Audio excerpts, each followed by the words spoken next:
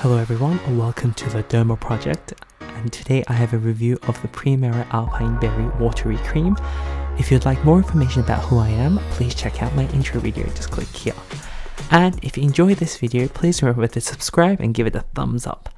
Thank you. So Primera is one of the many brands of the Korean conglomerate Amore Pacific. They also own more commonly known brands are probably like Laneige or Etude if you're into K-beauty. And I'd say in terms of brand, it's very similar to The Body Shop in terms of how they position themselves. So the brand focuses on natural and organic herbal ingredients, where in reality their products are essentially the same as other products, just with a few plant extracts in it. I'm not saying this is a bad thing, but yeah, it's very much like The Body Shop. The one major unique thing about Primera is that they aren't found, the brand isn't found very commonly on the streets of Korea, unlike many of the other brands. They only have one major flagship store in the major shopping district of Myeongdong. And yeah, the store has a very apothecary-like feel, very much like Aesop, but more brighter colors, softer colors as well.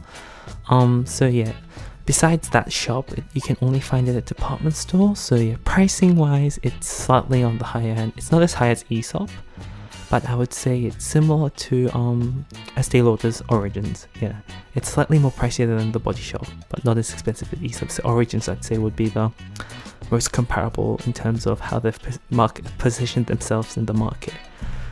So back to the product. So this product retails for 35,000 Korean won, which is roughly around 35 to 40 Australian dollars, depending on the exchange rate.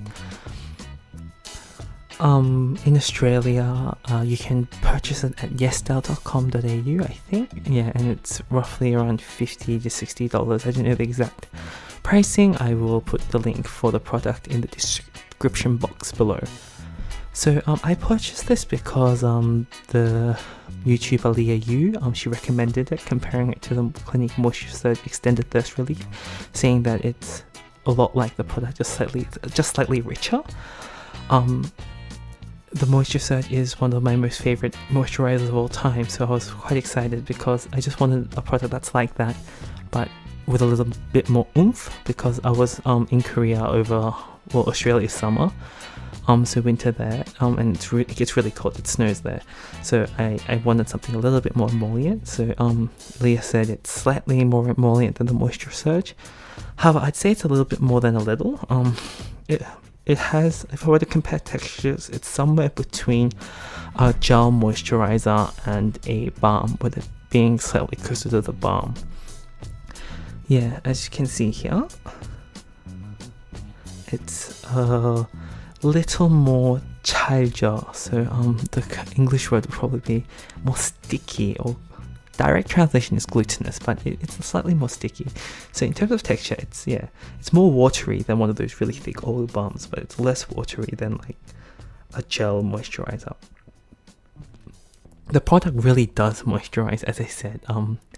I think Leah slightly underestimated. I'm not criticizing her because it's her opinion, but for me it's a little bit too oily, but during winter it was perfect. This saved my skin from breaking apart and cracking, because I've got oily acne prone skin majority of the year, but when I go overseas to really cold climates, it turns dry.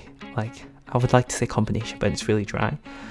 But in Australia it's winter right now, and I think it's a tad bit heavy for me, or at least here, because I've been getting small whiteheads ever since I started using the product again. I used something else during summer or during autumn, and I personally think it's got something to do with the ingredients. So so yeah, let's go to the ingredients. So this product, in terms of formulation, is perfect for combination dry skin. I would ideally go into every ingredient into detail, but as you can see, yeah, here's the ingredients list. There's way too many to go into detail, so I'll just go overall. Overall, there's nothing really that stands out to be concerned for in regards to the health of the skin. However, there is fragrance in it, or there's perfume in it, and there are quite a substantial number of research papers that link perfumes or fragrance to skin sensitivity. However, from anecdotal evidence, I would say it really depends on the person. Like for me, fragrance doesn't really affect it that much. But if you really do have sensitive skin that turns red quite often I would say avoid this product. Even the smallest amount of fragrance can cause a reaction to people who have sensitive skin. There is the slightest amount of alcohol in this moisturizer. It's like the second last ingredient on the ingredients list, but so it's not too much to worry about. I think it's just to make it a little bit more thinner.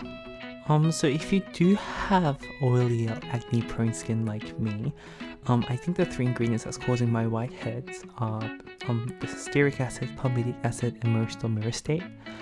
These are emulsifying thickening agents that make the product feel velvety. It's to make it feel emollient. So they're very good ingredients for dry skin. However, they are comedogenic. On the comedogenicity scale, from 0 to 5, with 0 being not comedogenic at all, stearic acid has a number of 2, palmitic acid 2, and myristoyl myristate 5. So yeah, I don't think it's a great product for acne prone skin. Out of 5, I'll give it a 3 out of 5 in terms of a rating. So I would recommend it for winter, because at least for me it worked and I didn't really break out. However, for acne prone, I'm giving this rating as a person who has acne prone oily skin. It's a 3 out of 5 because there is a chance that it might break you out. But if you do have dry skin, I highly recommend it. And yeah, that concludes my review. Thank you again. Please subscribe if you like this video and give it a thumbs up. And I hope you look forward to my next review. Thank you.